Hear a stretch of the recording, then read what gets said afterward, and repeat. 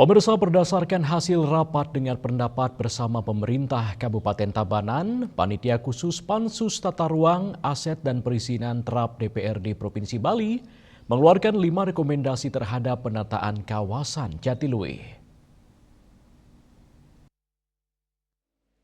Dalam rapat koordinasi tindak lanjut pengelolaan dan penataan kawasan Desa Jatiluwe, Panitia Khusus Pansus Tata Ruang, Aset dan Perizinan Terap DPRD Provinsi Bali bersama pemerintah Kabupaten Tabanan Kamis 8 Januari 2026 yang berlangsung di ruang rapat gabungan kantor DPRD Provinsi Bali dan dihadiri langsung Wakil Bupati Tabanan Imade Dirge mewakili Bupati Tabanan. Rapat dipimpin Ketua Pansus Terap DPRD Bali, Imade Suparto, didampingi Wakil Ketua Pansus Anak Agung Tri Chandra Arka, serta anggota Pansus Anak Agung Gede Agung Suyoga.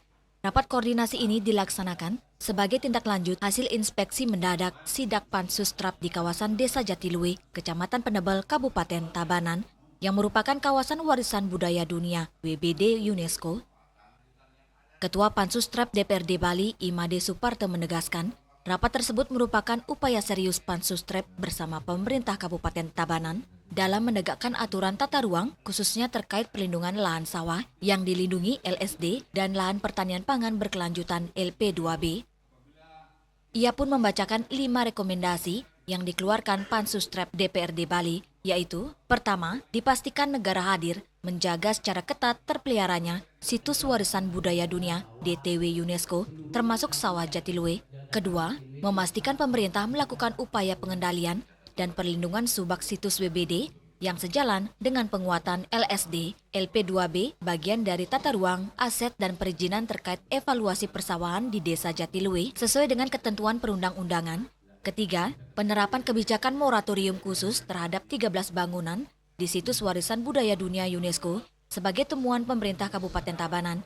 Keempat, Pansus Terap mendorong penguatan ekonomi untuk kesejahteraan masyarakat atau subak, yakni subak yang wilayahnya ditetapkan sebagai lahan pertanian abadi atau LSD LP2B, ditambah program pendidikan satu keluarga satu sarjana. Kelima, peninjauan kembali oleh pemerintah Kabupaten Tabanan terhadap Lembaga Pengelolaan Situs Warisan Budaya Dunia UNESCO yang sekarang dikelola oleh Badan Destinasi Tujuan Wisata DTW Jatiluwe melalui sejenis UPTD khusus atau nomenklatur kelembagaan lain. Kedua, otomatis segala kegiatan yang ada di lahan sawah abadi ini tidak boleh dilakukan lagi, kecuali moratorium terkait temuan oleh pemerintah Kabupaten Tabanan yang narasinya sama oleh pemerintah Provinsi Bali, bahwa ini kemudian kita evaluasi rapi-rapinya itu apa. Jadi biar sama beradaptasi sesuai dengan konsep alam di sana. Ada sawahnya, ya itu supaya nanti menyesuaikan.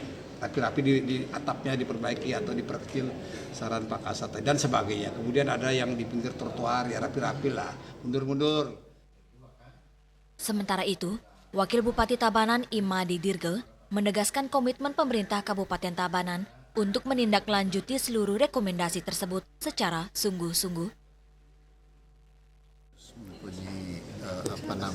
Jengah juga ya bagaimana pemerintah Tabanan akan menjalankan daripada rekomendasi tersebut gitu. Yakin saya pemerintah Tabanan akan melakukan secara maksimal. Ia berharap koordinasi dan pengawasan dari Pansus Terap DPRD Bali terus berlanjut tidak hanya di Jatiluwe tetapi juga di kawasan lain di Kabupaten Tabanan agar potensi pelanggaran tata ruang dapat dicegah sejak dini. Bunga dan Riase, Bali TV.